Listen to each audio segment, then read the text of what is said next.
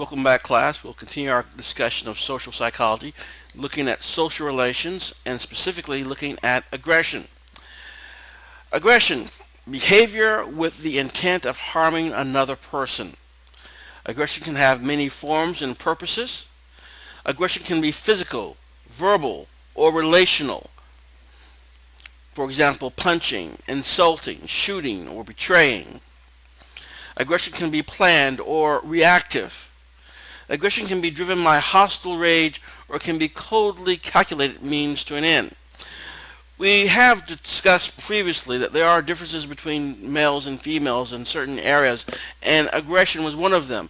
Recall that men and women can, with low levels and moderate levels of aggression, there's no difference between men and women. But with more extreme, violent type of aggression, men are more likely to perform that. And when it comes to women, they have a slightly more capable of performing relational aggression compared to men. The biology of aggression. There is not one genetically universal style or amount of aggressiveness in human behavior, but there are biological factors which may explain variation in the levels of aggression.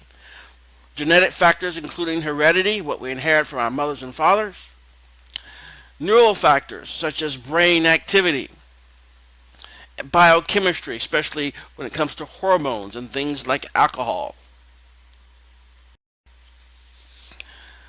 There is evidence that aggression is tied to genes, even if we're not sure which ones. 1. Aggression can be selectively bred in animals and then passed on to the next generation. Identical twins are more similar in their levels of aggression than fraternal twins or siblings. Remember, identical twins have the exact same DNA as each other, whereas fraternal twins, they have different types of DNA. 3. Males are more prone to aggression and differ by a chromosome. Females have the XX sex chromosome, whereas males have XY. There's also biochemistry's role in aggression that needs to be examined. The male hormone, testosterone. Testosterone levels are correlated with irritability, assertiveness, impulsiveness, and low tolerance for frustration. Traits linked to testosterone levels, such as facial width, are also linked to aggressiveness. Violent criminal males have high testosterone levels along with low serotonin levels. Remember, low serotonin has been associated with depression and irritability. Reducing testosterone reduces aggression in both humans and animals.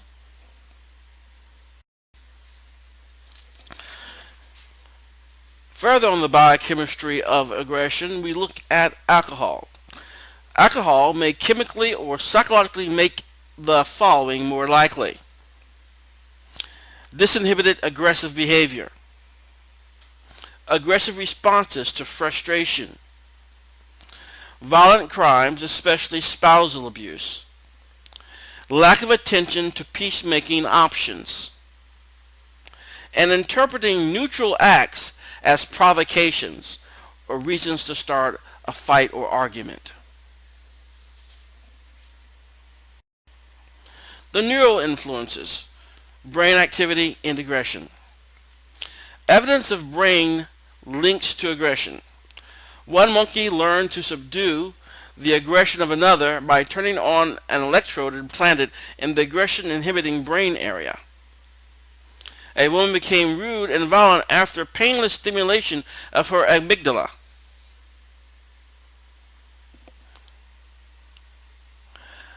Underactive frontal lobes, which inhibit impulses, are linked to aggression and violence.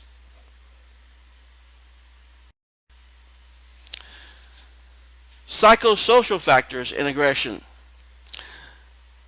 Levels of aggression are influenced by aversive conditions and feeling frustrated. People won't listen to you.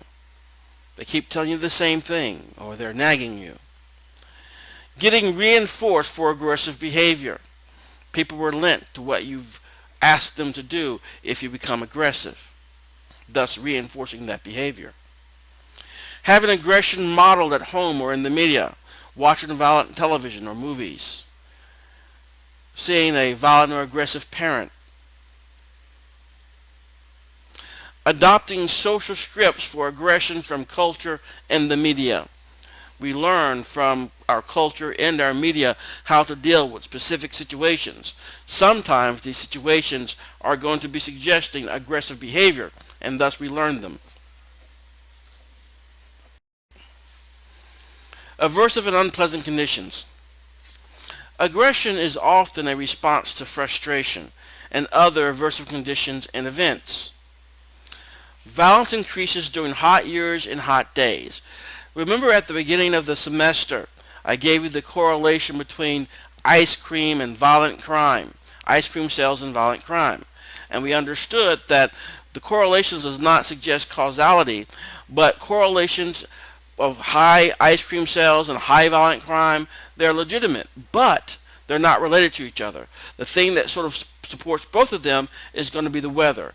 Hot, heat, uncomfortable hot days, ice cream sales go up, and then violent crimes and activity, criminal behavior goes up as well. Also, aversive pain, heat, crowding, foul odors. These things that make us uncomfortable are also aversive, can make us more likely to lash out with aggressiveness. So this leads us to the frustration aggression principle. After repeated frustrating events, anger can build and find a target, and then aggression can erupt, possibly against someone who was not the initial cause of the frustration. So after we have frustration, one after the other, anger builds, and then a target presents itself, and then you can have your aggression erupt. And this person that's receiving your erupted aggression may have nothing to do with your frustration. They just simply happen to be handy and available. Reinforced and rewarded aggression. Sometimes aggression works. Bullies win control and obedience. Robbers gain wealth. Tacklers who injure receivers get bonuses. So aggression, like any behavior, increases in frequency and intensity after it is reinforced. Whatever the thing that is reinforcing to that particular person, if they receive it, then that behavior, that aggressive behavior, is likely to increase. Parents and aggression replacement training can guide youth by rewarding other pro-social behaviors that still meet personal needs.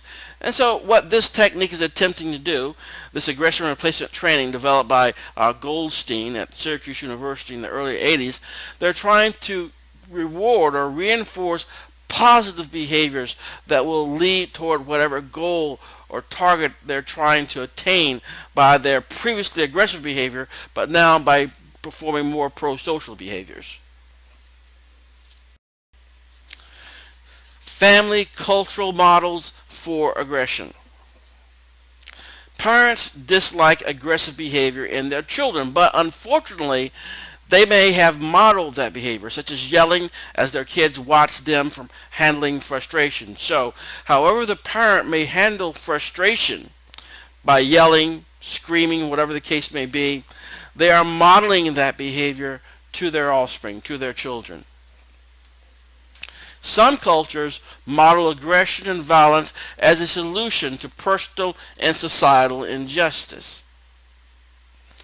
Models for aggression are also conveyed through media in the form of what we referred to earlier, social scripts. So let's look at social scripts. Aggression in the media, social scripts. Aggression portrayed in video, music, books, and other media follows and teaches a script. Social scripts are culturally constructed directions on how to act, downloaded from the media as a file or a program in the mind, so to speak. So we are taught how to behave and act and what to do in a particular situation. When confronted with new situations, we may rely on the social scripts to guide our responses. Many scripts prescribe aggression. So, studies, exposure to one aggressive story increases other forms of aggressive behavior. Watchers of TV crime see the world as more threatening, needing an aggressive defense. Randomly assigned to watch explicit pornography, study participants suggested shorter sentences for rapists and accepted the myth that victims may have enjoyed the rape. So we can see that these social scripts do have an impact on our behavior and can be more likely to be okay with aggressive behaviors. More media effects on aggression. Exposure to violence in media, especially in pornography, seems to increase rather than release male aggressive impulses. Media can portray minorities, women, the poor, and others with less power as being weak, stupid, submissive, and less human, and thus deserving their victimhood. Video games and aggression. People randomly assigned to play ultra-violent video games showed increases in hostility. People playing a game helping characters showed increased real-life helping. People have acted out violent acts from video games. People playing the most violent games tended to be the most aggressive. But what came first, aggressiveness or games? So there are many origins of aggression. We have the biopsychosocial factors, which we've seen several times in the course already. The biological, psychological, and social cultural influences that all support aggressive behavior. Biologically, we've seen genetic influences, biochemical influences such as testosterone and alcohol, neural influences such as severe head injury that may damage the frontal lobe, for example. Psychological influences, dominating behavior which boosts testosterone levels in the blood, believing you're drunk alcohol, whether you actually have or not, can also increase your aggressive behavior. Frustration, aggressive role models, and rewards for aggressive behavior.